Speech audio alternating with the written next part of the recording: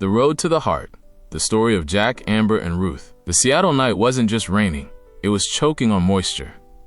The rain pressed down in a heavy, weary curtain, as if the sky had cried all its tears and left a damp, oppressive trace upon the earth. The neon lights of the red light district shone with a sickly brightness, offering no warmth, only brutally exposing every scarred corner of reality. 60-year-old trucker Jack Reynolds, whose eyes had witnessed thousands of sunrises, slowly steered his old Kenworth through the narrow, water-slicked streets. Having just unloaded his cargo at the port, he was searching not just for coffee but for refuge from the loneliness that had been his invisible, silent passenger for years. The cab was his solitary hermitage, and the road, his endless only home. Jack pulled over by a convenience store when a scream, sharp as a knife blade, ripped through the soft quiet of the night. Help! Somebody! Without a second thought, Jack jumped out. The cold deluge of rain didn't seem to touch him. In the alley, two shadows had cornered a young woman. Her body wasn't just afraid. In her trembling knees and compressed lips was naked despair. Jack grabbed a heavy lug wrench from the bed, an iron argument tested by the years, and his voice, hoarse from the highway, cracked like a gunshot. Hey! Back off her! The men hadn't expected the old driver to rush them like a wild animal. A moment later, cursing everything under the sun, they dissolved into the humid neon. The woman, soaked to the bone by the rain and internal pain, lay on the asphalt. Are you hurt? Jack asked, leaning down. His voice was surprisingly soft, like old, worn leather. I'm Amber, she whispered, a woman of the street, a wilted flower of the nightlights. But Jack didn't see her profession. He saw a human being on the edge of an abyss. He silently draped his diesel-scented jacket over her. Come on, kid. You gotta warm up. Amber spent the following days in a small trailer. Jack didn't ask the questions that would tear her apart. He simply fed her, gave her his bed, and slept in the chair, as if guarding her sleep. She made him coffee, and her gratitude was as anxious as her eyes. Why are you helping me? She asked once. Because someone stopped me from falling once, he replied, closing the subject. Amber cried at night. Kindness was an unfamiliar and sharp pain to her. One evening, Jack found her in the kitchen. She was kneading dough, her hands, accustomed to a painful defensiveness, now gently arranging apples. Didn't know you baked, he said, surprised. I used to dream of being a pastry chef. Before all that, her voice trembled when speaking of the past. Jack smiled, a genuine paternal smile for the first time in a long while. Try again. Start small. She baked an apple pie. Its aroma, warm, cinnamon-scented, forgotten, spread throughout the trailer park. Jack knew this wasn't just pie. It was a soul being healed. A few weeks later, he took her to a small bakery owned by a friend who needed an assistant. Amber started working. With trembling, yet determined hands, night after night, her pies flew off the shelves, and people returned exclusively for that special taste. Within a few months, Amber Lowell became a local legend. Jack knew about the 30-year age gap. He knew he had no right to possessive feelings. But when Amber laughed, he felt something warm awaken inside his trucker's stone-hard heart. One evening, she came to him, her eyes filled not with tears, but with light. Jack, you gave me a life. How can I ever thank you? Just live happy. That's all I want, he answered. But when she leaned her head on his shoulder, he felt they had already become us. A quiet, tender, unconventional, yet necessary couple. She was spring in his late autumn. He was a reliable shore for her wild waves. 2 years passed. Amber opened her own bakery, Amber's Heart. Her pastries became a symbol of hope. She was happy, but Jack, whose intuition was razor sharp, felt a subtle shift in her spirit. One sunny morning, a tall, radiant man walked in.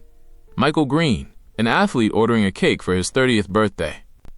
When Amber looked up, time in the room slowed. His gaze was clean, innocent. He saw in her not the past or the scars, but the woman, the creator, the artist. A flash of lightning that left no doubt passed between them. Jack noticed how long Amber watched Michael leave. You fell in love, didn't you?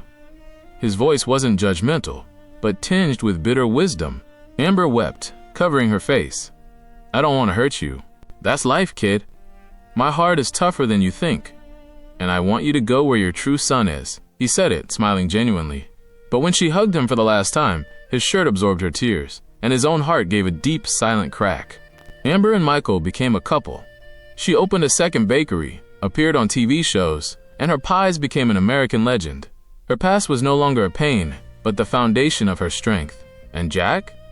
He wasn't left alone. One day at the truck stop, a woman knocked on his cab. Ruth, the owner of a small, always busy trucker's diner. She had watched him for years, silently in love with his quiet strength. "I heard your story about the young baker. You're a mighty good man, Jack. Let me buy you a cup of coffee." Jack smiled. For the first time in ages, someone sat beside him, not for a few minutes, but with the intention of staying forever. Amber and Michael occasionally visited, bringing that famous apple pie. They laughed, remembered the past, and never, absolutely never, regretted a thing. Because everyone had found their unique road. This story confirmed, one good deed can light up 3 different lives.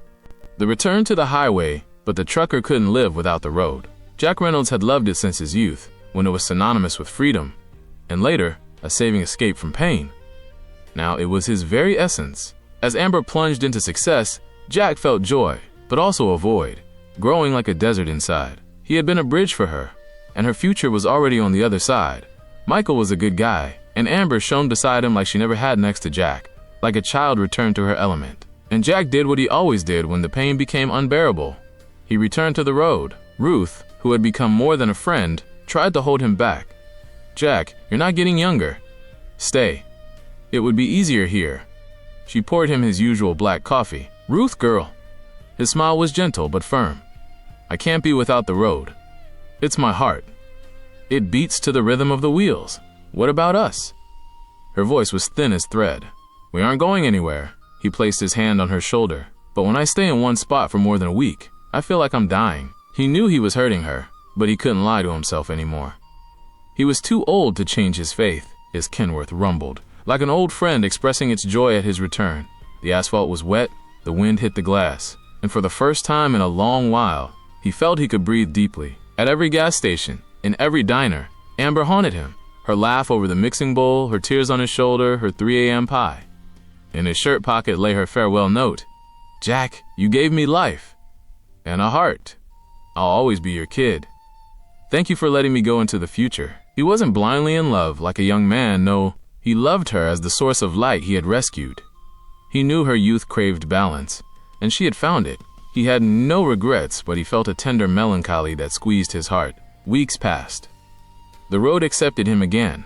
Night, silence, him, and the endless promised horizon. This was his tribe, his family. "Jack, you're back?" Big Dave's familiar voice came over the CB radio. "I'm back, friend," Jack laughed. "The road ain't the same without you." He took a cross-country run across America, the last long court of his life. He felt the age, but he wanted to complete this journey one more time, like he was 20. Along the way, he left invisible marks. He helped a mechanic in the desert, spoke to a girl selling lemonade, "Mister, you smell like highways," and rescued a young driver. He realized he wasn't just driving, he was part of a living system that supports others. But in Texas, during a dark, slick night, disaster struck. Jack tried to pass a semi when his tires hit an oil slick. "Damn," was all he could manage. The truck slid into the ditch and rolled. He opened his eyes in the hospital. Ruth was sitting beside him. "How? Are you here?" he whispered. "You vanished for 2 weeks. I felt it. Your colleagues found you." Her voice was a mixture of anger and fear. "Jack, you almost died. You can't live on the road anymore. It's gonna take you. It's not for men over 60, and a life without the road. That's not for me, Ruth." She took his hand, and her touch was the warmth he had never sought but desperately needed. "What about a life with a person? You never truly tried." Her words rang out like an unexpected bell, and Jack, for the first time in years, felt he wanted to stay. Not for shelter. For her. After his release, he returned to his Kenworth. The truck was repaired, but he knew this was the final call. He couldn't race the highways anymore. He started the engine, listened to its familiar, comforting growl, and drove. Slowly, deliberately. It was his last drive, from the hospital to Ruth's diner. When he pulled up, she was standing in the doorway, waiting. "You came back," she smiled. "I came back," Jack replied. He climbed out of the cab, looked at the sky, at the road, at the diner, at Ruth, and he understood. The road hadn't ended. It had simply changed direction. 6 months later, Jack sold his old Kenworth. It was a painful but conscious act. He opened a small auto repair shop next to Ruth's cafe, helping young drivers, fixing their machines, and telling his stories. He listened to their dreams. And never again did he feel lonely. Amber and Michael visited every month. They brought pies. They hugged him. They thanked him. And every time Jack said, "I'm proud of you, kid," he had no regrets, because he left his path on his own terms, not when fate forced him. The road didn't take him. It gave him a life. And then, through Ruth, it gave him another one. Jack Reynolds, the old trucker, finally found peace. He found a place where he was expected. He found a love he didn't have to let go of. And he understood, the road is not the asphalt. The road is the heart. And sometimes, to find your true way, you have to stop.